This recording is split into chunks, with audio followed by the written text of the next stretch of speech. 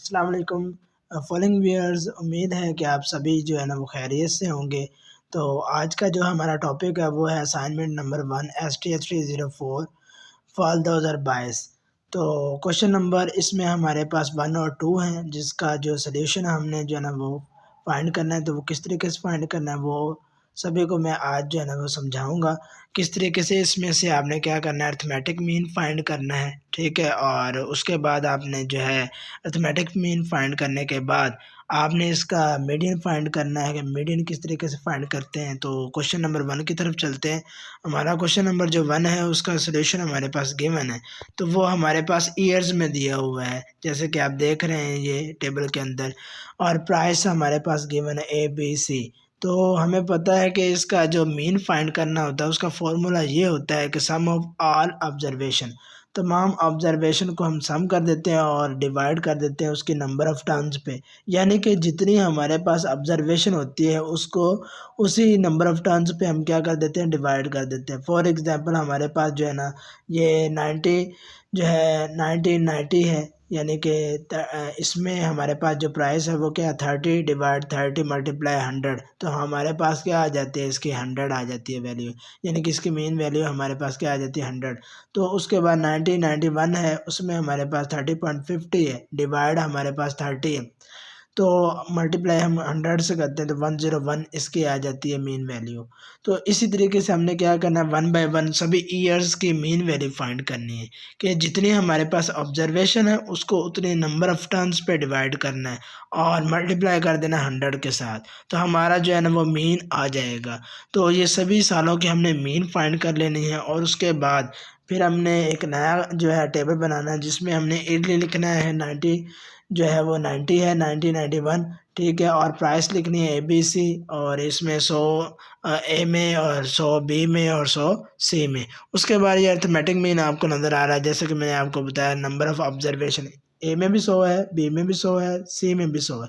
तो इन तीनों को जमा किया 300 हो गया, और ये कितने हैं इसके नंबर ऑफ़ टर्म्स काउंट कर लें तो 1 2 3 ये 3 है। तो 300 को 3 पे डिवाइड किया तो हमारे पास 100 आ गया इसका अरिथमेटिक मीन। उसके बाद बात आ जाती है मीडियन की। मीडियन किस तरीके से फाइंड करते हैं? जो मॉड होता है वो मोस्ट फ्रीक्वेंट वैल्यू होती है, यानी कि एक से ज़्यादा बार आने वाली वैल्यू को मॉड कहते हैं, ठीक है? और जो मीडियन होता है वो मिडल मोस्ट वैल्यू होती है, यानी कि जो बहुत ही मिडल पे हो उसको हम जो है मीडियन कहते हैं। उसके लिए हमारे पास फॉर्मूला होता है, इवन वैल्यू के लिए हमारे पास होता है n/2, number of turns over 2, उसको हम डिवाइड करते हैं इवन के लिए, और जो ऑड के लिए होता है वो हमारे पास n+1/2 होता है, ठीक है? Number of turns plus 1 divide 2, तो हमारे पास उसका मीडियन फाइंड हो जाता है। तो इसमें हमारे पास देखें कि हमारे पास ये 300 था और इसको 3 पे डिवाइड किया तो ये हमारे पास 100 इसका आ गया। दूसरा हमारा जो है ए में 101 है, यानी कि 1991 में ए में 101, बी में 112 और सी में 331, तीनों को जमा किया, ठीक है? और 3 पे डिवाइड किया तो हमारा आ गया अरिथमेटिक मीन 110। और इसका अब मिडल मोस्ट वैल्यू हमने फाइंड करनी है। तो हमें पता है ये 110 है, तो n/2 कर देना, 110 जो है उसको डिवाइड कर देना 2 पे, तो हमारे पास मीडियन आ जाएगा। तो इस तरीके से हमने सभी ईयरली का जो है ना अरिथमेटिक मीन और मीडियन फाइंड करना है। तो आपके पास जो है ना ये एक टेबल जो है ना क्वेश्चन नंबर 1 का कंप्लीट हो जाएगा। उसके बाद क्वेश्चन नंबर जो 2 आ जाता है, उसके सॉल्यूशन सेट में भी हमारे पास यही है कि ईयरली हमारे पास वदिया और प्रोडक्शन आगे दी गई है और प्राइस रिलेटिव है, जिसमें वो कहता है 1954 एज बेस है हमारे पास, और एवरेज इसकी फाइंड करनी है। ये भी अरिथमेटिक मीन के निस्बतन बराबर ही होता है कि हमने क्या करना है, ये 3 साल दिए हुए ऊपर 1958, 59 और 60, इन तीनों का आपने एवरेज बेस फाइंड करना है। तो देख लें 1900 जो है ना 58 हमारे पास प्रोडक्शन 511 है, और इसकी जो है ना वो आ रही है 1954 एज बेस, यानी कि 1954 के हिसाब से हमारे पास 181 आ रहा है।